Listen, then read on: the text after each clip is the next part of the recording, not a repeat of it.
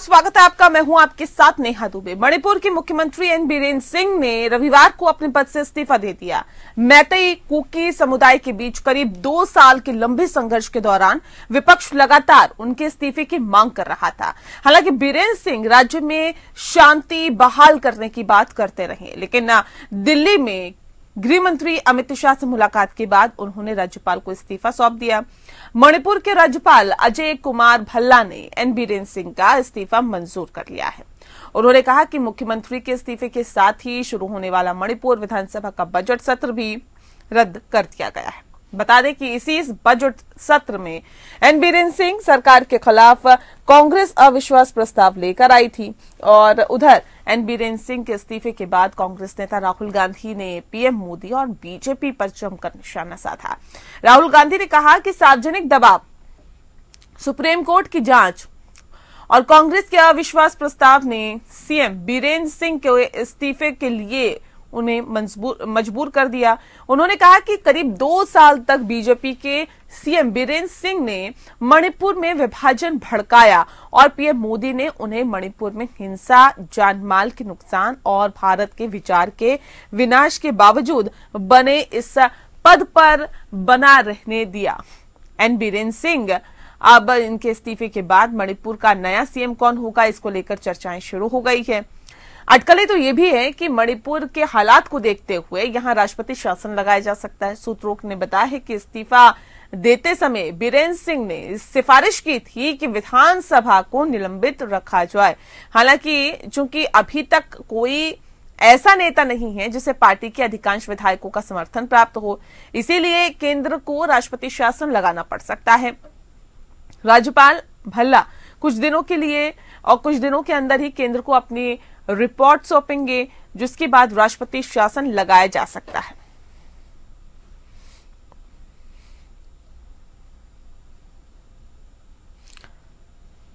तो बता दें आपको कि मणिपुर के मुख्यमंत्री एन बीरेन सिंह के इस्तीफे के बाद अब ये चर्चाएं हैं कि आखिर आगे क्या होगा, अगला सीएम कौन होगा, इसको लेकर भी अटकलें तेज हैं। और साथ ही साथ अटकलें इस बात को लेकर भी है कि क्या राष्ट्रपति शासन अब लगाया जाएगा, क्योंकि जो हालात और जो स्थितियां हैं वो इस ओर भी इशारा कर रही है।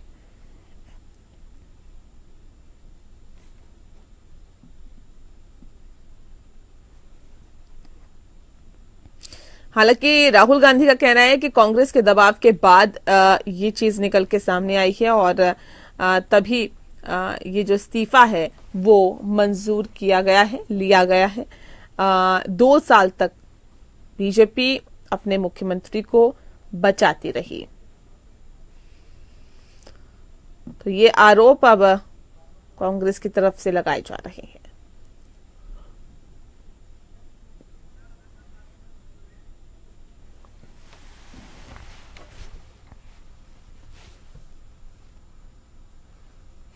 और इस विषय पे तफसील से चर्चा करेंगे। खास मेहमान हमारे साथ मौजूद हैं, उनसे आपका परिचय करा देते हैं। इस वक्त हमारे साथ आलोक वत्स जी हैं, नेता हैं बीजेपी के। आलोक जी, बहुत स्वागत है आपका।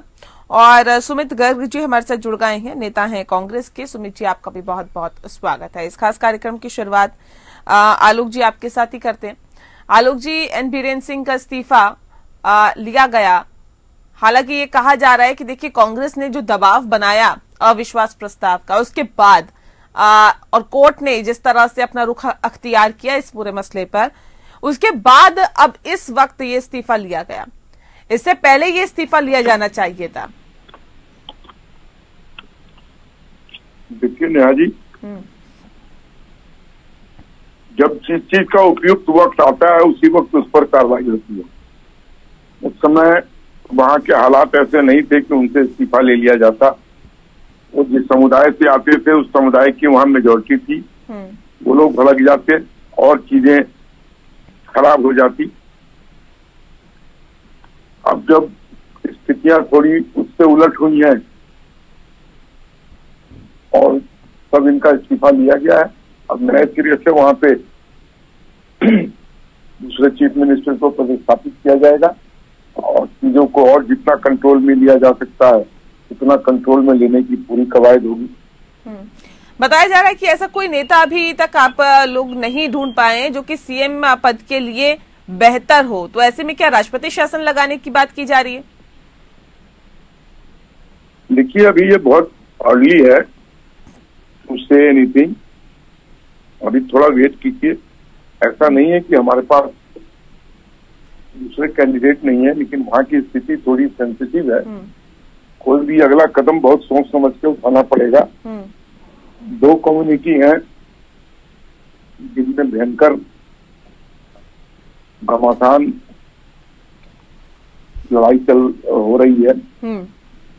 तो बहुत सी चीजों को बैलेंस करके, चीजों को ध्यान में रखते हुए अभी कुछ आगे की कार्रवाई होगी। राहुल गांधी ने कहा है कि सार्वजनिक दबाव, सुप्रीम कोर्ट की जांच और कांग्रेस के अविश्वास प्रस्ताव ने सीएम बीरेंद्र सिंह को इस्तीफा देने के लिए मजबूर कर दिया। ऐसा है क्या? राहुल गांधी जी की बातों की कितनी विश्वसनीयता है और कितना सीरियस उनको लोग लेते हैं। कल उन्होंने एक रिकॉर्ड कायम किया है। उनके नेतृत्व में 90 बार कांग्रेस हार चुका है और सेंचुरी से मात्र 10 कदम दूर है। इसलिए राहुल गांधी कब क्या कहाँ बोल देते हैं, किस संदर्भ में बोलते हैं, ये मैं नहीं जानता हूँ। लेकिन वहाँ परिस्थितियां बदल रही हैं, उसको ध्यान में रखते हुए हाईकमान जो भी फैसला लेंगे वो मणिपुर के हक में होगा, मणिपुर के लोगों के में शांति बहाल करने के लिए होगा। ठीक है, ठीक है सर, मैं लौटती हूँ। सुमित जी, देखिए तो कह रहे हैं कि जब देश की जनता उन्हें सीरियस नहीं लेती तो भारतीय जनता पार्टी क्या सीरियस लेगी राहुल गांधी को? उनका क्या दबाव हम पर पड़ेगा जो हम एन बीरेंद्र सिंह का इस्तीफा लेंगे? तो हालात को देखते हुए, जब हालात काबू में आए उसके बाद हमें लगा कि अब इस्तीफा लेना चाहिए, हमने ले लिया। नेहा जी नमस्कार। नमस्कार सर। नेहा जी, मैं थोड़ा सा देर से जुड़ा तो इसलिए पूरी बात नहीं समझ पाया, सुन पाया मेरे बीजेपी के साथी क्या कह रहे थे, लेकिन उन्होंने काफी इधर उधर की बातें कही। तो मैं उनसे कहना चाहता हूँ, तू इधर उधर की बात न कर, तू ये बता कारवा क्यों उठा? मुझे रहजनों से गिला नहीं, तेरी रहबरी का सवाल है। आप इधर उधर बच के अपनी जिम्मेदारी से बच नहीं सकते। मेरे नेता पर कीचड़ फेंक के, अतीत पर प्रश्न उठा के आप वर्तमान से कैसे बच सकते? मेरे साथी ने अभी खुद ही मेरे नेता राहुल जी क्या कहते कि मणिपुर को प्रधानमंत्री जी ने राम भरोसे छोड़ दिया है, चारों ओर त्राही त्राही है, उसकी सुध लेने वाला कोई नहीं है। मैं तो साधुवाद देता हूं मेरे साथी को। अभी उन्होंने आपके सामने इस चैनल पर स्वीकार किया कि 2 समुदायों में घमासान लड़ाई जारी है। नेहा जी स्वयं स्वीकार कर रहे हैं घमासान लड़ाई जारी है और दोनों जगह इनकी सरकारें हैं। तो जिम्मेदारी किसकी है? किसी की नहीं। क्यों? कि ये मोदी राज है। अब आ जाता हूं मैं आज के टॉपिक पर। वीरेंद्र सिंह ने इस्तीफा दिया। नेहा जी दिया नहीं, देना पड़ा, मजबूरन देना पड़ा, आका के न चाहते हुए देना पड़ा। वो देना इसलिए पड़ा कि आज अविश्वास प्रस्ताव आ रहा। पता था सरकार जाएगी, पता था कुकर्मों का भांडा फूटेगा, विधानसभा में मुंह दिखाने लायक नहीं बचेंगे, न वीरेंद्र सिंह बचेंगे, न दिल्ली में बैठे उनके आका बचेंगे। इस्तीफा इसलिए दिया, इस्तीफा इसलिए दिया कि जिस दम्भ के साथ वो वीडियो सामने आया था कि उन्होंने खुद मुख्यमंत्री, भाजपा का मुख्यमंत्री, नरेंद्र मोदी का मुख्यमंत्री ये स्वीकार करता है कि मैंने किस तरह से जाके हिंसा भड़काने में अपनी भूमिका अदा करी है। उसकी जांच के आदेश सुप्रीम माननीय सर्वोच्च न्यायालय ने दिए हैं, उसकी रिपोर्ट भी आनी है। भाजपा जानती है कि जिस दिन रिपोर्ट आएगी मुंह दिखाने लायक नहीं बचेंगे, इसलिए इस्तीफा दिया। तो ये कह देना कि हमने आज के हालातों के चल आज परिस्थितियां ठीक हो गई इसलिए, अरे साहब परिस्थितियां ठीक में कौन इस्तीफा लेता है? परिस्थितियां खराब होती है जब इस्तीफा लेते हैं, और जब मानवीय परिस्थितियां खराब थी आपने तब इस्तीफा नहीं लिया। मेरा शब्द कोट कीजिए नेहा जी, मानवीय स्थितियां जब खराब थी तब इस्तीफा नहीं लिया, राजनीतिक स्थितियां जब खराब हुई तब इस्तीफा लिया, जब मुंह दिखाने लायक नहीं बचे तब इस्तीफा लिया। जहां तक प्रधानमंत्री जी पे मैं वापस आ जाता हूं, प्रधानमंत्री जी अभी विदेशों के दौरे पे जा रहे हैं, लेकिन मणिपुर की चिंता नहीं है, मणिपुर नहीं आएंगे क्योंकि उन्हें दम है। मैं एक बार जवाब ले लेती हूँ। आलोक जी ये कह रहे मानवीय मूल्यों का कोई मतलब नहीं है भारतीय जनता पार्टी के अंदर, राजनीतिक मूल्यों को सर्वोपरि रखा जाता है। देखिए नेहा जी, आप कांग्रेस की बातों को ज्यादा तवज्जो ना दें। 21 राज्यों पे हम पहुंच चुके हैं। देश की 76% जनता हमारे साथ है। और अगर हम मानवीय मूल्यों पर ध्यान नहीं देते तो 76% देश की जनता नरेंद्र मोदी जी के साथ होती। हालात कभी कभी ऐसे बन जाते हैं कि आदमी चाह कर भी वहां पर थोड़ा सा हिचकिचा जाता है। विदेशी ताकतें लगी हुई थी, फॉरेन फंडिंग हो रही थी, भड़काया जा रहा था, फिर भी हमने चीजों को काबू में लाने की कवायद की और जो स्थितियां थी क्या हुआ उसको काफी हद तक हम कंट्रोल में लिया है। अच्छा, इस्तीफा लिया गया है या दिया गया है आलोक जी? इस्तीफा तो उन्होंने दिया है, लिया नहीं दिया है। लेकिन कहा तो ये जा रहा था कि अमित शाह के से मिलने के बाद ही उन्होंने इस्तीफा दिया है, क्योंकि उनसे कहा गया था। हो सकता है हाईकमान ने यह फैसला लिया हो कि आप इस्तीफा दे दीजिए। ये उतने उच्च स्तरीय बातें हम लोगों पर छनकर नहीं आती। हो सकता है जो आप कह रही है वो सही हो, अमित शाह जी ने उनसे कहा हो कि आप इस्तीफा दे दें। हमारे जो भी साथी है, जो भी नेता है, हाँ। सब एक संयम सिपाही है। हाईकमान का ऑर्डर को कोई टाल नहीं सकता, कोई विद्रोह नहीं कर सकता। भारतीय जनता पार्टी क्या कहती है और क्या चाहती है कि अगला सीएम हो या फिर राष्ट्रपति शासन लगे? देखिए, अभी तो शायद हम एक दूसरा सीएम स्थापित करने की जुगाड़ में रहेंगे, लेकिन अगर किसी कारणवश ऐसी स्थिति नहीं बनी तो राष्ट्रपति शासन भी लगाया जा सकता है ताकि वहां की चीजों को और सख्ती से निपटने की कवायद हो सके।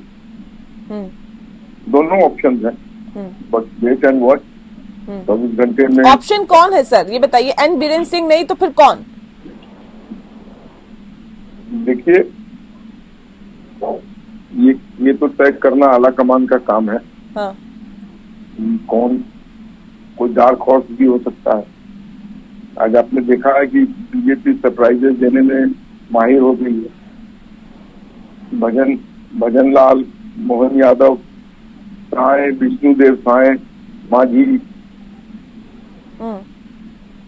ये सब सरप्राइज नेम थे। तो हो सकता है वहां भी कोई सरप्राइज नेम आ जाए। ठीक है।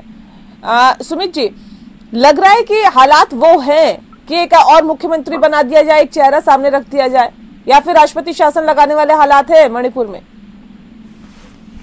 नेहा जी, पहले तो मेरे साथी ने बड़ी आपत्तिजनक बात कही, लोकतंत्र की मूल भावना को ताक पर रखते करी, उस पर कुटाराघात करते हुए इन्होंने कहा विपक्ष की बातों पर ज्यादा ध्यान नहीं देना चाहिए। ये भाजपा का असली चरित्र है कि विपक्ष पर ध्यान नहीं देना है, क्योंकि ये लोकतंत्र को नहीं मानती। इसीलिए मेरे नेता ने कहा है कि भारत की जो सोच है उस पर हमला हो रहा है। भारत की सोच लोकतांत्रिक सोच है, उस पर ये भाजपा हमला कर रही है। आपके चैनल पे मेरे साथी ने बोल दिया।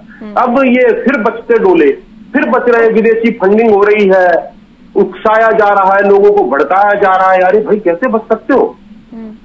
ये कह के तो आप अपने नेताओं के चरित्र पर, उनके कार्य क्षमता पर उंगलियां उठा रहे हो। इसकी जिम्मेदारी वीरेंद्र सिंह और अमित शाह की और नरेंद्र मोदी की। अगर कुछ हो रहा है तो कितने लोगों के खिलाफ आपने, विपक्ष के नेताओं के खिलाफ FIR दर्ज करा दी, कितनों के खिलाफ रिपोर्ट्स आ गई, कुछ नहीं आई। अपना मुंह छिपाने के लिए आपके पास जरिया नहीं बचता, इसलिए हम तो उंगलियां उठाते हो। जहां तक बात करी आपने कि क्या होगा, मैं बता देता हूं नेहा जी क्या होगा। वही होगा जो आज तक होता है, लोकतंत्र का चीरहरण होगा और कुछ नहीं होगा। ये वही करेंगे। ये अब विधानसभा को स्थगित रखेंगे, वीरेंद्र सिंह के नाम पर इस प्रदेश को चलाएंगे, सीधे नहीं तो डायरेक्ट नहीं तो इनडायरेक्टली चलाएंगे, लेकिन वो नहीं करेंगे जो मणिपुर की जनता चाहती है। क्यों कि मणिपुर की जनता जो चाहती है वो करने की मात्रा इनके पास नहीं है, वो क्षमता इनके पास नहीं है। इसलिए आज भी ये मणिपुर के दोषी हैं, आज भी ये मणिपुर के गुनहगार हैं और कल भी रहेंगे, और इतिहास इन्हें माफ नहीं करेगा। ठीक है। देखिए, ये तो बार बार कहा जा रहा है आलोक जी कि मणिपुर के दोषी है भारतीय जनता पार्टी। जो हालात हुए, जो स्थितियां हुई, उस वक्त इस्तीफा नहीं लिया गया, तो मतलब मानवीय मूल्य जो है वो आप लोगों के लिए बिल्कुल भी सर्वोपरि नहीं है। और अब जब हालात फिर भी बेहतर है जैसा कि आपने कहा, तब इस्तीफा लिया गया। देखिए नेहा जी, मैं कांग्रेस के जवान प्रवक्ता को सुन रहा था। मैंने ये नहीं कहा कि विपक्ष की बातों को ध्यान में नहीं देना चाहिए। मैंने कहा कांग्रेस कुछ बातों पर ज्यादा ध्यान नहीं देना चाहिए। कांग्रेस को कोई कांग्रेस मुख्य विपक्षी दल है, इनको बता दें। कांग्रेस को कोई सीरियसली लेता नहीं है पूरे भारत में। ये ढलान पर है, ये क्षेत्रीय दलों के सामने भीख मांगते हैं कि ये तो दौर है ना सर, किसी ना मणिपुर पर बात करिए सर, इस पर मामूली दिखाओगे। और जो स्थितियां हैं मणिपुर में, मैंने आपको कहा था कि वो जिस समुदाय से आते थे उसकी मेजोरिटी थी वहाँ। नेहा जी वीडियो पे पूछे इनसे, आप प्लीज बीच में मत बोलिए, आप प्लीज बीच में मत बोलिए। अगर उनकी उस समय उनका इस्तीफा ले दिया जाता तो वो समुदाय और भड़क जाता। हमने चीजों को कंट्रोल में लाए, पहले से स्थितियां में बहुत ज्यादा सुधार हुआ है, तो अब उनका इस्तीफा ले लिया गया है। और ठीक है जी। सुमित जी कुछ पूछ रहे हैं सुमित जी। नेहा जी ये कह रहे हैं कि स्थितियां बड़ी कंट्रोल में हुई है। विस्थापितों के लिए जो आपने कैंप बनाए हैं, वहां से बेटियों को, बहनों को उठा के ले जाया जाता है, उनके साथ बलात्कार होता है, उनके शवों को नदी में फेंक दिया जाता है। इसको कहते हैं आप परिस्थितियां बेहतर होना? क्या बात करते हैं साहब, परिस्थितियां बेहतर नहीं है, बद से बदतर होती जा रही है। मणिपुर आग में जल रहा है, लेकिन इस देश के प्रधानमंत्री के पास मणिपुर में अपने विमान को लैंड कराने का समय नहीं है। दुर्भाग्य ये है नेहा जी, आज मणिपुर की जनता कह रही है भाजपा के नेतृत्व और मोदी, प्रधानमंत्री मोदी जी पर कि मेरा मुंसिफी मेरा कातिल है, वो मेरे हक में क्या फैसला देगा। इनका तो हाल बहुत बुरा है। मणिपुर को मरने पर छोड़ दिया है, मणिपुर के नाम पर राजनीति कर रहे हैं, इसके अलावा कुछ नहीं कर रहे। ये कहते हैं मेरी पार्टी को कोई सुनता नहीं। अरे साहब, मेरी पार्टी के 100 सांसद है, आप क्या बात करते हो? मुख्य विपक्षी दल है, हम विपक्ष नहीं है तो विपक्ष है कौन? बात यह है कि आप लोकतंत्र की मूल भावनाओं में विश्वास नहीं करते, इसलिए किसी को भी विपक्षी मानने को आप तैयार नहीं है, क्योंकि आपको सवालों से परहेज है, आप सवालों से नफरत करते हैं। आप ये चाहते हैं कोई हमसे आपसे सवाल नहीं पूछे। यही मोदी जी का नैरेटिव है और यही पूरी भाजपा की सोच है कि सवाल नहीं। कांग्रेस क्या चाहती है अब? क्या हमारे साथ मुख्य विपक्षी दल कांग्रेस क्या चाहती है? क्या किया जाए? अब राष्ट्रपति शासन लगाया जाए क्या? उससे हालात कंट्रोल में होंगे? बिल्कुल, हम तो चाहते हैं कि वहां पर जल्दी से जल्दी विधानसभा को भंग करके वहां पर नए सिरे से चुनाव कराए जाए, और जो वीडियो वीरेंद्र सिंह का सामने आया है उस पर तुरंत प्रभाव से इस देश की एजेंसियों को काम करना चाहिए। सुप्रीम कोर्ट ने कहा रिपोर्ट आए, रिपोर्ट आने से पहले उस पर FIR दर्ज होनी चाहिए और वीरेंद्र सिंह के खिलाफ कार्रवाई होनी चाहिए। ठीक है आलोक जी, कार्रवाई होनी चाहिए। देखिए मुख्य विपक्षी दल अगर ये मांग कर रहा है, इनके कहने से थोड़ी हम वीरेंद्र सिंह पर FIR दर्ज कर देंगे। अगर FIR दर्ज करने के लायक होते तो हम उनको चीफ मिनिस्टर ही नहीं बना। और मैंने इनसे कहा कि वहां पर विदेशी ताकतें भी लगी हुई हैं, तो ये भड़क गए। इसमें पूरी सच्चाई है कि वहां पर हर तरीके के हालात को खराब करने के लिए हर तरीके की एजेंसियां वहां कारगर रही और उसको हमने दबोचा। 1973 में कांग्रेस के समय भी ऐसा दंगा भड़का था और 764 लोग मारे गए थे। 3 वर्ष लगा था कांग्रेस को स्थितियों को सामान्य करने में। उस पर तो ये चुप है और हमसे चाहते हैं कि 24 घंटे में हालात को सामान्य देखिए, ये बात तो सच है कि मणिपुर के हालात क्या बहुत बेहतर रहे हैं क्या पहले से? आपकी सरकार में भी इस तरह की चीजें होती रही है। ये तो अक्सर देखा जाता रहा है ना कि वहां पे दो समुदायों के बीच में डिस्प्यूट हमेशा से रहा है। तो अब ये कहना कि देखिए इस्तीफा दे दें या हमारे अविश्वास प्रस्ताव से इनके ऊपर दबाव पड़ा, सुप्रीम कोर्ट की जांच की बात से इनके ऊपर दबाव पड़ा, सब चीजें ठीक है। देखिए अगर किसी भी राज्य में इस तरह की घटनाएं घटती है तो वो शर्मनाक है, वाकई शर्मनाक है। लेकिन ये चीजें तो पहले से होती आई है ना, वहां पे दंगे फसाद तो पहले से होते आए हैं। नेहा जी आपकी बात कर रहा हूं, उससे पहले मेरे साथी ने मेरे पे एक आरोप लगाया कि इन्होंने जैसे ही विदेशी शक्तियों की बात करी मैं भड़क गया। मैं कहां भड़का? मैंने तो ये कहा कि अगर कोई शक्तियां हैं तो उनको उजागर करने की जिम्मेदारी आपकी केंद्र की और प्रदेश की सरकार की है। आप केवल आरोप नहीं लगा सकते कि उसकी वो शक्ति आ गई, ये शक्ति आ गई। जो शक्ति है उसको जनता के सामने लाइए ना, कोई हो तो लाओगे। केवल और केवल अतीत पर उंगली उठाकर और कीचड़ फेंक के आप वर्तमान से मुंह चुराना चाहते हो, इसके अलावा आपका कोई काम नहीं है। आप ये कर नहीं पा रहे, आप मणिपुर के हालात सुधार नहीं पा रहे। इसलिए हमने कहा था क्या 19 विधायक जो आपके मुख्यमंत्री के खिलाफ जो बिगुल बजाए बैठे हैं, हमने कहा था क्या उनको, वो मणिपुर से उनके जो नेतृत्व उससे परेशान है, वो जानते हैं कि वीरेंद्र सिंह ने क्या किया। दूसरी बात आपने कही कि एफआईआर हम क्यों दर्ज कराएं, बिल्कुल आप क्यों दर्ज कराएंगे, आपके तो नेता हैं, आपके प्रधानमंत्री के तो प्रिय हैं, जब भी तो इतना सब कुछ होने के बाद भी आज तक कंटिन्यू कर रहे हैं। लेकिन दुर्भाग्य का विषय है, अगर आप ये कहते हैं कि उन्होंने कुछ नहीं किया तो सुप्रीम कोर्ट को चैलेंज कर रहे हैं, क्योंकि सुप्रीम कोर्ट ने उस वीडियो को प्राइमरीली सत्य माना है, इसलिए उसको खारिज नहीं किया, जांच के आदेश दिए और चीफ ऑफिसर से कहा कि इसकी रिपोर्ट हमें लाके दी जाए। जहां तक बात इन्होंने करी, फिर अतीत में गए। लेकिन मैं जवाब दे देता हूं कि साहब कांग्रेस के साथ में बिल्कुल हुए, लेकिन हमारी सरकार संवेदनशील थी, हमारे प्रधानमंत्री संवेदनशील थे, कभी उन्होंने सच्चाई से मुंह नहीं मोड़ा।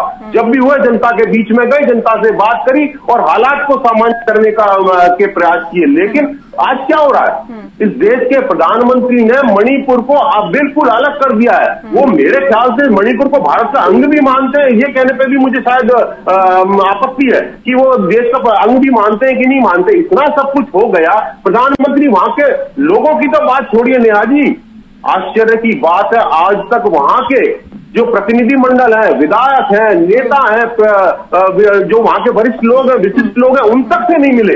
तो ये सोच लीजिए प्रधानमंत्री जी की क्या मणिपुर को लेकर सोच रही होगी। इसलिए मैं कह रहा हूं कि अतीत पर उंगली उठाने से वर्तमान नहीं सुधरेगा, वर्तमान आपको अपने नीतियों से सुधारना पड़ेगा। सुधारने की कोशिश भारतीय जनता पार्टी की तरफ से की जा रही है, हालांकि इससे कितनी चीजें सुधरती है ये वाकई देखने वाली बात होगी। बहुत शुक्रिया आप दोनों मेहमानों का हमारे साथ इस खास चर्चा में शामिल होने के लिए। खास पेशकश में फिलहाल के लिए इतना ही। नमस्कार।